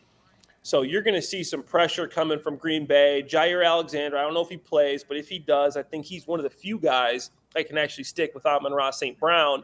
So you look at these matchups, I think he can stick with Amon-Ra St. Brown. And then offensive side of the ball, they got some really good young receivers. Christian Watson is looking like he might be back. I really like Jaden Reed, Dontavian Wicks, and then their big tight end, Luke Musgraves, with Jordan Love in that run game. I don't know if Aaron Jones is playing, but overall, I think there's a ton of weapons on this Green Bay team, and I think they get the win tonight. Yeah, look, am I wrong liking Jordan Love? I mean, I think it's a little early to crown this guy like the next, because I mean he's had some big wins, some good games, but his completion percentage is still in the low mid 50s, and his rating's not terribly great. And I mean, I think he's still got some improving to do. But for his first time being on the field, and I know it's his fourth year now, and he's been able to sit behind Aaron Rodgers and get tutored by him and see how, do things right. And I hope he's not doing the darkness retreats, but everything else, at least, and the ayahuasca stuff. I don't know what this guy's doing, but everything else he's learned from Aaron Rodgers. So he's been impressive for his first run at this thing so far, but I think I still want to see more before I say he's a superstar. But what I do know is this guy isn't going to lose you games. So he's doing more than another quarterback in my hometown is, unfortunately, and I know he doesn't got the most help and best offensive line, but Jordan Love does seem to be at least a quarterback that you can win games with. Yeah, well, Eberflus was here in Indy. Eberflus's defense stunk here in Indy. Eberflus never made the playoffs here in Indy, and somehow, some way, Eberflus gets my childhood team's job, the Chicago Bears. I went on Waddle and Sylvie and said, you guys are getting crap. You're getting a fraud. You're getting a PR guy. That's what they are. And Eberflus, listen to this, Clay, grew up with my wife. And they grew up together. Their families are close. I wanted to like Eberflus, and then as I watched him, I'm like, yeah, kiss my ass. I mean, you're a defensive head coach, and you give up 25 points for 13 straight games. Right. I mean, this defense is awful. It's the most bland 4-3, cover 2, Tampa 2. As a player, you see that going in. I'm like, we don't even have to think about anything.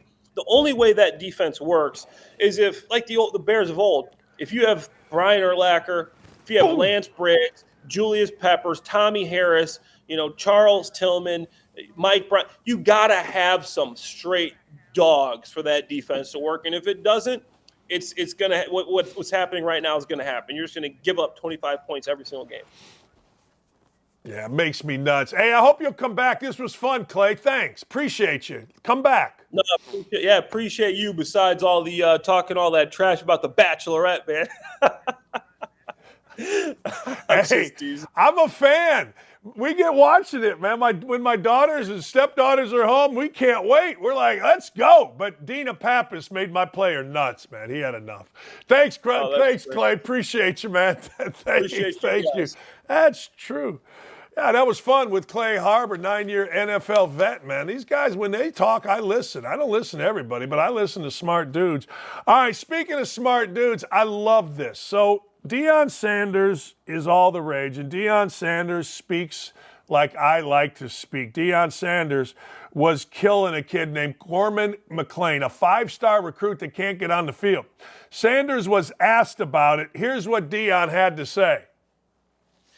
Coach Sean Keeler at the Denver Post, you mentioned last week that Cormani seeing the field was up to Cormani. I wonder if you could elaborate on what you want to see him do, one. And two, did he help his case? Study, prepare. Late against Study, Oregon? prepare, be on time for meetings. Show up to the darn meetings. Understand what we're doing as a scheme. Want to play this game. Desire to play this game. Desire to be the best in this game. At practice, in the film room. And on your own free time. You do know that I check film time for each player. There you go, man. I mean, that's simple. Show up. Dude doesn't want to show up. Now, I got to ask you a question. Everybody wants to make this out like this is a full-time job. Geez, there's a dog on TV. I didn't turn the TV off. But everybody wants to make this out like this is a full-time job. It's a job. We're being paid. And this dude don't want to show up.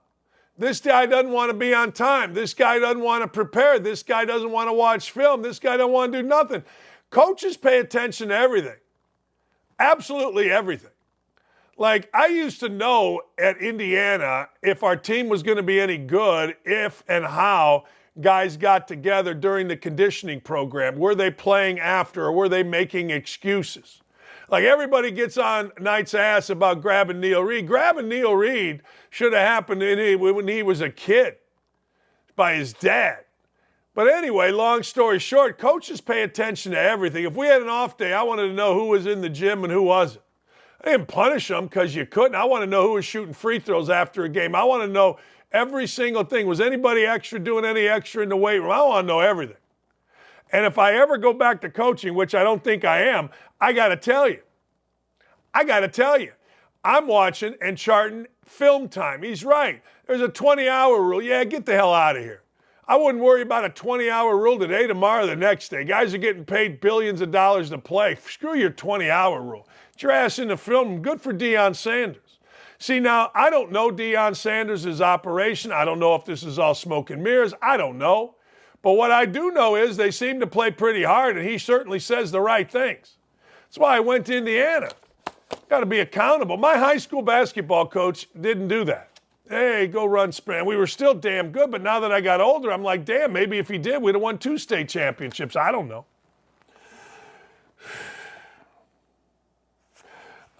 Dana White is reacting to a fighter bringing a Bible into the octagon. You know how I am is what is being said. I love the you know how I am. Let's hear from Dana White. I wanted your reaction to Bryce Mitchell bringing his Bible into the cage and saying freedom. Like, what was your reaction when you saw that? I got no reaction. You know how I am here. Whatever you're into, man, there's no muzzles here. There's no, whoever you are, whatever you believe, whatever you think. We've heard it all, seen it all, and, well, we think we have. Who knows what's next? But, this is one of those places where you say what you feel and you say what you want, and it's all good with me. That's awesome. That's why I like OutKick. That's why when I'm dead and buried, I'm writing a bunch of articles for when I'm dead. I still want to contribute to OutKick because that's how we are here. What do you think? What do you want? What do you say? What do you believe? Let's go. Don't be afraid of it. Love it. That's why Charlie's here from ESPN. That's why Michelle Tafoya left ESPN. As a white dude, you couldn't say nothing at ESPN. Hey, man, let me tell you, the African-American dudes say whatever they want. White Boy Wasted, Jalen Rose, and others. But the fact of the matter is, I'm down with what Dana White says. And when I heard this, I compared it to working here. I do. Where else can you say things like the African-American community, based on fact, needs to get their leadership in order? I mean, maybe on Dana White's podcast or maybe on Joe Rogan's podcast, but they do, particularly here in Indianapolis. All you got to do is look at what's going on in the world. Other places you get muzzled. Here you don't. And I love it, and I appreciate Dana White doing that. I do. All right, now, speaking of an idiot, Alabama State football player, he went and hit a security guard. So the Alabama State football player got mad at a fan, was going at a fan, and a security guard tried to help him. Get away. Hey, look, don't. Get away. What are you doing? Well, here's a video.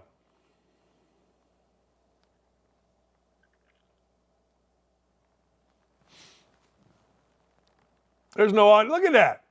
Look at this idiot. Why are you smacking a security guard? I'm telling you, people are out of control, man. This dude just gets hit, and look at this other idiot. He's still talking. I mean, what are you doing? Well, run that back again. This is where we're at in our country. We're going to go smack a security guard. Watch this. He's helped. It's unfreaking believable. Just go smack a security. I'm yelling at fans. Security guard's there, and this coward smacks him. And I guarantee you nothing should be done to the poor baby because we don't want accountability. What should happen with the poor baby is he should never play in a football game for any school ever again. You don't smack security guards, particularly when they're trying to get your dumb you-know-what away from fans. It's the damnedest thing. The world that we live in is no accountability. Do whatever you want. Hey, do whatever you want. Hey, this is near and dear to my heart. You know I like to DoorDash. Lost $4,000 a couple years ago, betting the NCAA tournament, owed my family, so I went DoorDashing. Now I go about, once or twice, 3 or 4 times a month. I'm trying to make $50 to $100, and I donate it to our bikes program. When I'm bored and I don't want to eat, I get in the car, turn the radio on, and go door dashing. But this actually happened, and I am not happy. A DoorDash delivery driver delivering Dunkin' Donuts went right into a lake after following the GPS. The GPS took my man right into the lake. Now look, at some point, hey, look, it's dark.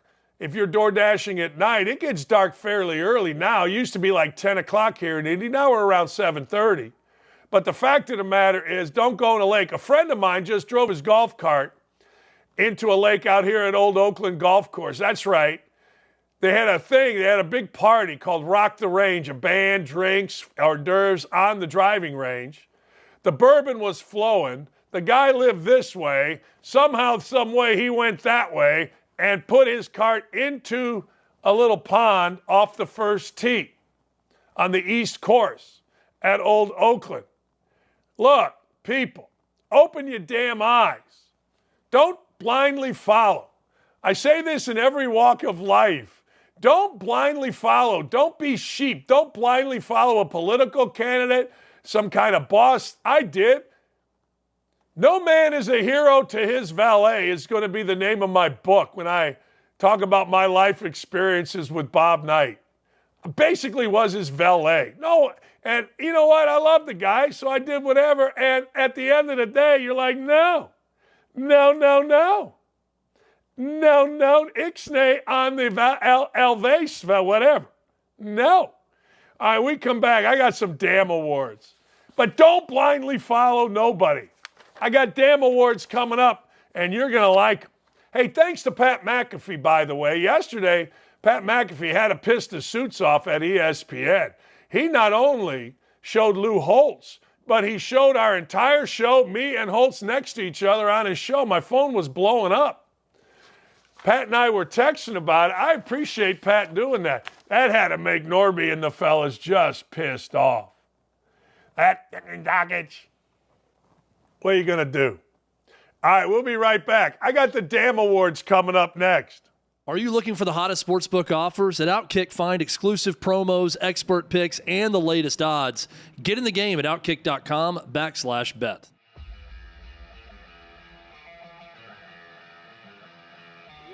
Welcome into OutKick the show. I am Clay Travis, your fearless leader. I am going to continue to argue that sports is one of the great unifying forces in all of American life.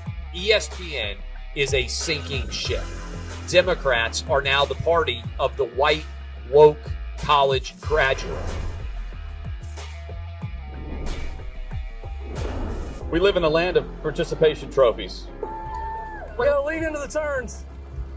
You really gotta lean into the turns. Very difficult to go back-to-back years in the NFL with the number 1 overall pick. Is it fair for people to be upset with Barbie? I've been out of LA long enough to have forgotten that libs, no matter how ridiculous the scenario, are gonna live. What have you seen firsthand of how this has affected you in the plant and your fellow employees? Under Joe Biden, the Taliban has retaken Afghanistan. Putin has invaded Ukraine. So if there was ever a time for freaking aliens to inhabit and conquer Earth, now would be that time. Man, the level of stupid that sometimes gets on our YouTube chat just gives me a headache. You're born a male, play with males. You're born a female, play with females. Don't at me about it. The American people are being cheated. We, ladies and gentlemen, are being cheated. There's no doubt in my mind he could have caught the ball in his back pocket if he'd been running. Blowing a lead and losing a game is 100 times more lasting and painful in some clubhouses than losing the game 15-0. And we were able to see you guys on the ground with your signs supporting. That was huge. They were saying, oh, it's only 1 or 2. That's rubbish, and we all know that's rubbish. Once those trans-identifying males were able to succeed, it just encouraged others.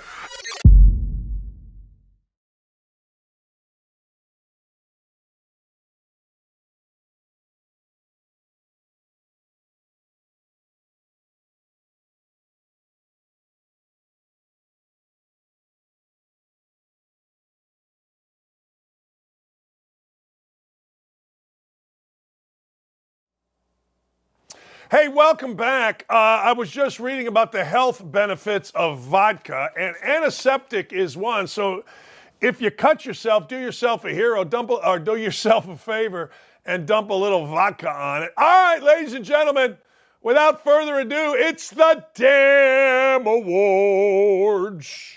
Yeah, don't at me. We don't swear on this show much, but the damn awards, we like them. Don't at me spells damn.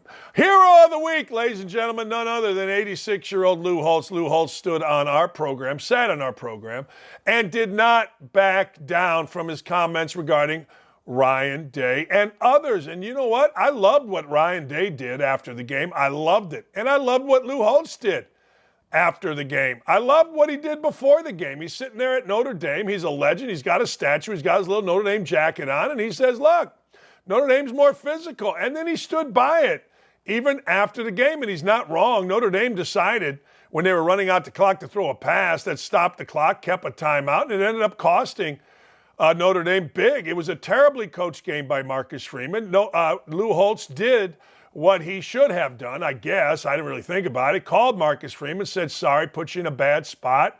Mike Bray knew that Digger Phelps was always talking to opponents, but Digger, true story, wanted Mike Bray to lose every game. Nothing killed Digger more than when Mike Bray ended up breaking his Notre Dame all-time wins record. That crushed his soul. But anyway, long story short, I don't think Lou Holtz wants Notre Dame to lose at this point in his life. Probably at some point he did. But Lou Holtz, you're an American hero. And by the way, you got us some pretty good pub. You did. McAfee, great job. Every news outlet that covers sports in the country, and some that don't, including Fox News, had our interview with Holtz, and it was great. It's what we do here on this show, and we thank Coach Holtz. The dunce of the week, Bob Mendez. Geez, I mean, what are we doing? You want to know why criminals feel entitled? You want to know why we see big old fat meatball, the woman on Instagram who was so brazen as people were looting in Philadelphia, now crying as she's in the slammer in a mugshot facing felony charges? Because people feel there's no accountability in this world. People feel, and maybe we've always felt, but maybe it's just more brazen right now, that Bob Mendez, Joe Biden, Hunter Biden, and his like, there's no accountability. Bob Mendez is stupid enough that Bob Mendez took gold bars in bags as bribes. Now, Bob Mendez probably feels that his name is Mendez, and in this day and age, he can't get fired or impeached, and he may be right. The worry about Democrats is this. The worry about Democrats is, are people going to trust Democrats in 2024? Look, I'll tell you later on, if we don't get kicked off YouTube, what Democrats should not worry about, and that's whether Bob Mendez is going to influence a vote. He is charged with conspiracy to commit honest services fraud, conspiracy to commit extortion under color of official right, bribery. They include receiving cash, gold bars, payments towards a mortgage, compensation for a low or no-show job, luxury vehicle, other items of value. They found more than $480,000 in cash, stuffed in envelopes, hidden in closets, hidden in clothing, and a safe. Jackets bearing the senator's name worth as much as $70,000 in his wife's safe deposit account. A convertible Mercedes, by the way, worth more than $60,000. And Mendez is saying, hey, yeah, I'll give up my seat. I'll give up my seat as the chair of the Foreign Relations Committee, but I ain't resigning. Hell no. Hell no, he's not going to resign. There's no accountability in this world. There's nothing going on. What, are you crazy? Come on. Bob Mendez, what are you talking about? What a jackass. He and the old lady, right? We're just going to, And I can hear the old lady, my old man and I, give us some cash, buy us a car. Attaboy, Bob Mendez. What a punk. What a punk. And he just going to ride it out. It's what we do. Go get him, Jersey. That's old school Tony Soprano stuff. Hey, yo, Gonna get you a car. Gonna get you something nice here. You know what I mean? You get you something nice. I'll get you some gold bars. We took off a Brinks truck over there on the south side. I'll get you a couple of gold bars. You protect us. No? Hey, what are you thinking? World is nuts. Craziest story of the week. Tyreek Hill wanting to have the sex. Well, that's not crazy in itself, but Tyreek Hill telling Mike Evans on a podcast that Tyreek Hill, wants to be a porn star. Look, it's not like these guys are rocket scientists. I used to say football players are really smart, and you just saw one that we just had on our airways. Clay is brilliant. Tyreek Hill, not so much. But hey, look, the guy can run fast. The guy can run fast, so I guess we're all supposed to pay attention to him. You know, I don't know. I mean, he I assume, graduated from Garden City, got kicked out of Oklahoma State, and went to West Alabama. So I'm sure based on all the education that he has, he's a deep thinker.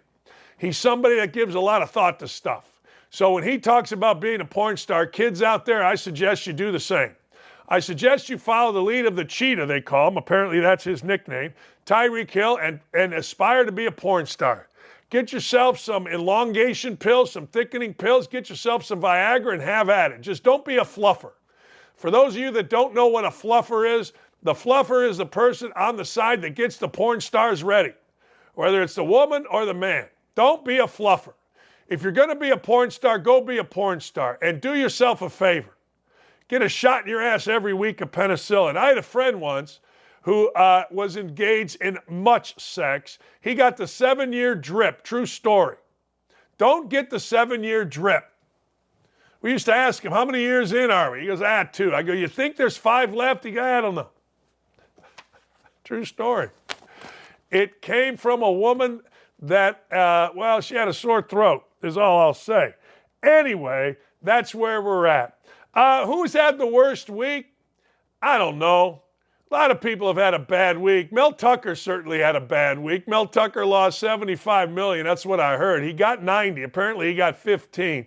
Lost $75 million this week for getting involved with a woman with a grudge, Brenda Tracy. She says she was whatever she says she was because the tugger, he was tugging on it while he was talking to her. I don't know how this makes her some victim. She stayed on the phone for it. But hey, it is what it is. Tucker is just too stupid maybe to coach. But the worst week on the field had to be Sean Payton. Remember Sean Payton did all that yapping? Yappity yak, don't talk back. Sean Payton was talking about Nathaniel Hackett, the previous coach of the Broncos. Oh, the worst coaching job I've ever seen in the NFL. And then Sean Payton, when he got called out on it, did Sean Payton type things. He tried to weasel out of it by saying, I had my Fox hat on. I didn't have my coach hat on. Shut up. You're a weasel. You showed yourself to be a weasel, and away we go. I did like Sean Payton's wife, or daughter, though, when she came on our show. I thought she was pretty cool. He's from Morocco, Indiana, which is way up north in northern Indiana, southern Indiana to me because it's south of Lowell in US 30, but I digress. Sean Payton's team gave up 70, and Sean Payton got his big mouth shut, and it should have. Honest to God, when you're a scab and you've been able to overcome being a scab, you got to just shut up, go about your work, and don't talk about other people. Sean Payton's lucky to be in the NFL. He was lucky when now, apparently, I don't know if he dates transgender or he did, Hank Bassett dropped an onside kick. Don't at me, people. Magic Johnson is a really nice guy. I've had the opportunity to meet him twice. Magic Johnson is America's dumbest on Twitter. Magic Johnson is a bit of a disorganized mess, but he's been smart enough to have really smart people around him, including his wife, Cookie, who was a good friend of one of my dear friends. She actually went to their wedding, and everybody involved says Cookie is the brains behind Magic Johnson. Magic Johnson says the Knicks are the only NBA team he'd consider owning. Yeah, okay. I don't know. I don't know why you wouldn't consider owning the Lakers. I don't know why you wouldn't consider owning the Bulls. I don't know. I mean, hey, look, Magic Johnson is the perfect guy. Magic Johnson's the guy who builds decent homes next to the big home property. Other people put the group together, like Josh Harris, to buy the Philadelphia 76ers or whoever the hell he bought, I don't know, and Magic jumps in on the deal. like the Dodgers. He's a part of it because he's got big scratch, big personality. But Magic Johnson's smarter than anybody. Low risk, high reward ownership is the way to go about the business that we are in, people. And Magic Johnson is very, very smart about that. Hey, look, I'm going to redo or reintroduce Jason Allen Hammer's bets for this weekend. But first, do yourself a favor and do it right now. Go to pointsbet.com, download the app, and give yourself or make yourself a new user as we head to tonight's football slate, which extends until Monday night. Look, new users get up to $1,000 in second chance bets. You lose 50, they're going to replenish. And now you got another shot up to $50. It's a hell of a deal. Second chance bets are all the rage. They make it well risk-free up to $1,000 in second chance bets. All you got to do is get on PointsBet and start playing. You got to be 21 or older. Look, there are some restrictions in different states. If you got a gambling problem, go to 1-800-GAMBLING. And to find all this goodness, you go to OutKick.com/bet. It's just what you do. All right, let's recap. So Mel Tucker gets fired, and people are saying, why did he get fired? Well, every coach knows this. Do I think he should have been fired? No. Do I think Michigan State fired him to cover their ass? Yes. Was Mel Tucker right when he and his attorney released a statement saying, going back and predating the days of the awfulness that was Larry Nassar, Michigan State and its athletic department has been a blank show? He's right. The people at Michigan State, horrendous. They have that little brother complex. They have that insecurity.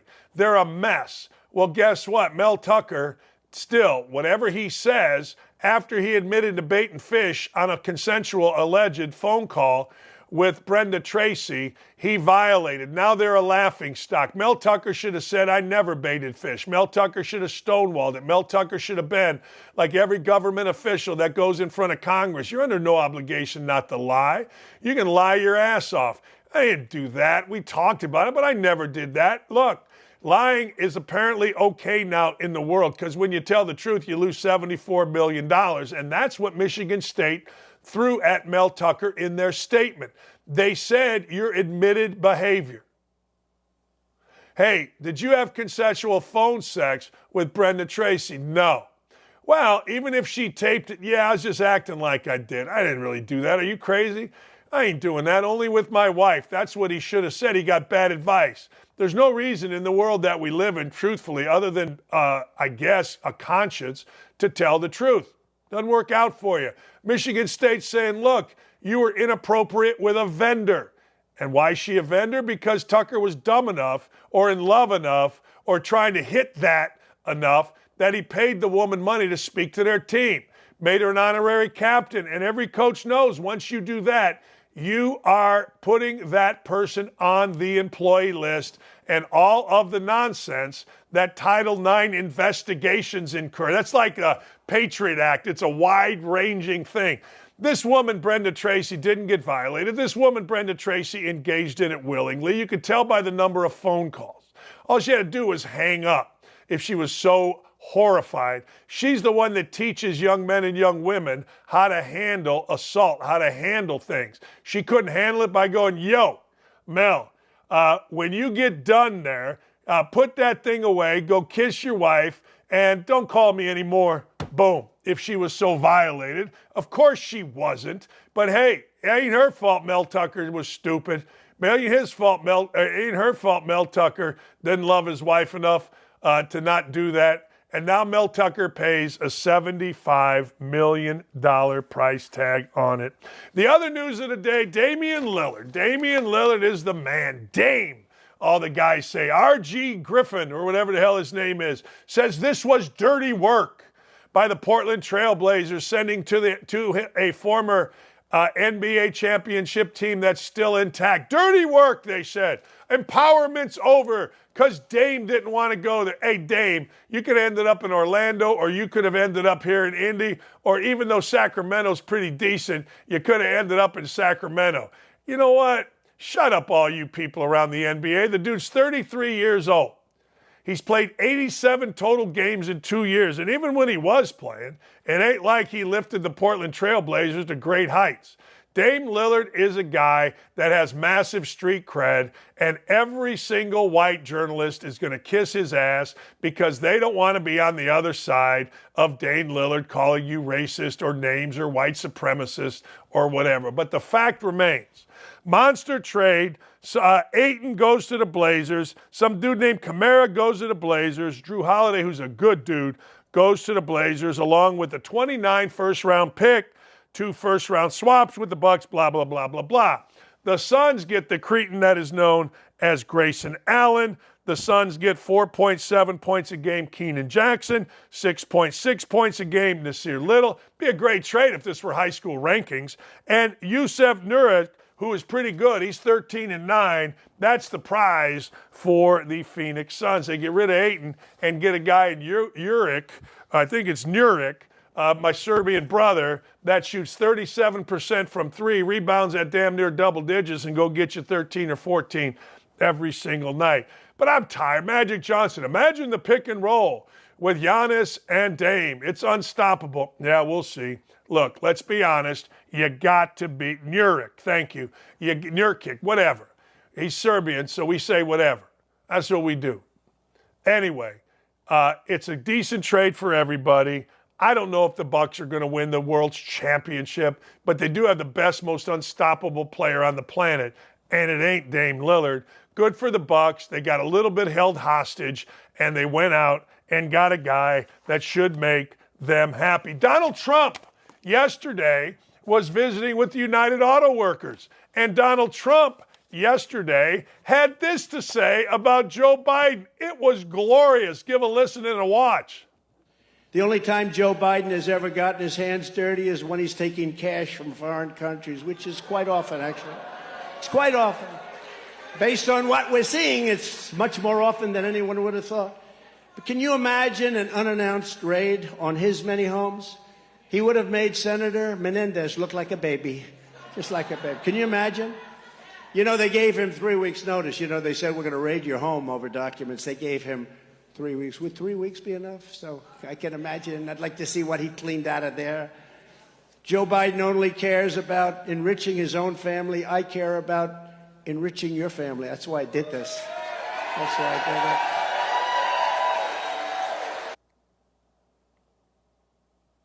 Pretty good. He's not wrong. I mean, there's a new thing out that there is direct link to Biden's home address of a wire from Russia of $250,000. We all remember in the debates with Trump, he said no one's ever gotten a dime from Russia in his family. I mean, how many lies are y'all going to take? But hey, you do you, I'll do me. But I got to tell you, if you are a guy that still supports Joe Biden, you and I got a problem. I just think you're stupid. I'm just telling you, I just think you're a dumbass. That's all. I mean, that's all. So all these guys that are on here can say whatever, but I got to tell you, I think you're a dumbass. The riotings are maybe going to continue in Philadelphia. I have said this. I'm bringing the National Guard and the Army. I'm not letting you tear down my businesses. And if I'm Apple, I'm getting the hell out of there. Yeah, you idiots want to come. And you know what? People are saying like AOC and that big fat lady that got arrested, Meatball. You all want to tell us that you're just trying to eat? Well, Apple Store doesn't have any food, but maybe the rioters are stupid enough to not understand that the Apple Store doesn't mean there's apples. They seem like idiots. They look like idiots. They act like idiots. Maybe they're dumb enough to think the Apple Store actually means we got apples. I don't know what robbing a liquor store. Maybe they like jerky. Maybe like beer nuts. I don't know. But that's all a bunch of crap. These are thugs. These are ridiculous human beings that need to be arrested. This needs to stop in your city, my city. I don't care if you're black or white. This needs to stop. And by the way, I see very many MAGA hats running through the streets doing a lot of robbery. I didn't see a lot of Republicans, or at least what you all tell me Republicans look like, out there doing all the robbery. I'm not sure I saw many, quote, white males who, according to Joe Biden, are the scourge of our country out there looting and robbing. Maybe I'm wrong. I don't know. But it sure seems like I didn't see a lot of that. Maybe I'm wrong. Maybe I just saw the wrong video. I don't know. Can you imagine? Hey, man, I'm hungry. Yeah? We're going to go rob the Apple Store.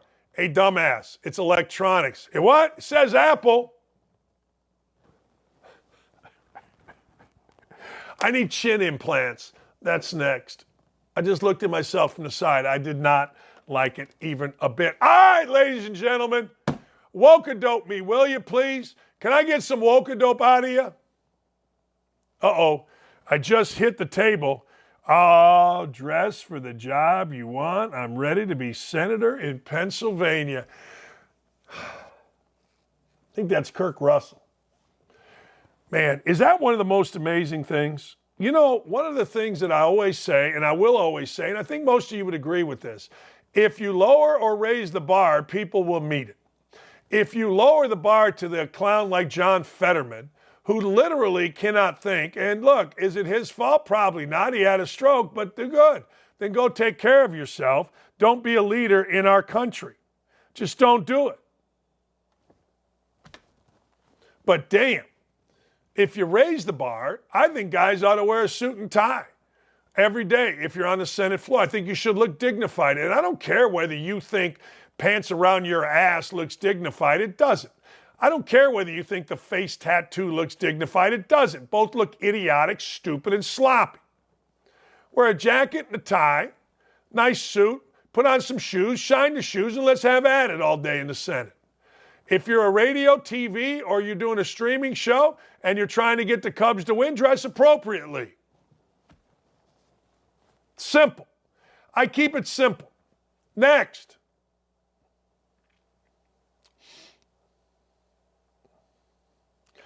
Oh, man.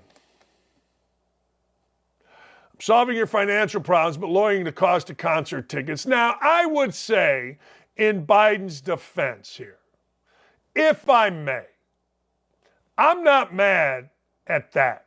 Would I rather see him lower my grocery bill? Yes. Would I rather see him not be a moron about my gas? Yes. I get it. I swear to you, I get it. I do. But hey, every little bit helps. Told my daughter the other day, you're out of here. You're 26 years old. You're paying for your own Ubers now. You're a grown-ass woman with a full-time job. Every little bit helps, ladies and gentlemen. What is Biden's dumb ass? A little bit of breathing room. My dad used to say when we sat around the table. Oh, shut up. But I ain't mad. Ted Cruz started it. I ain't mad. I am not mad. All right? Oh, yeah, that's the dude, Jeff Bridges, I'm sorry, from the Big Lebowski. Yeah, I knew that. Next!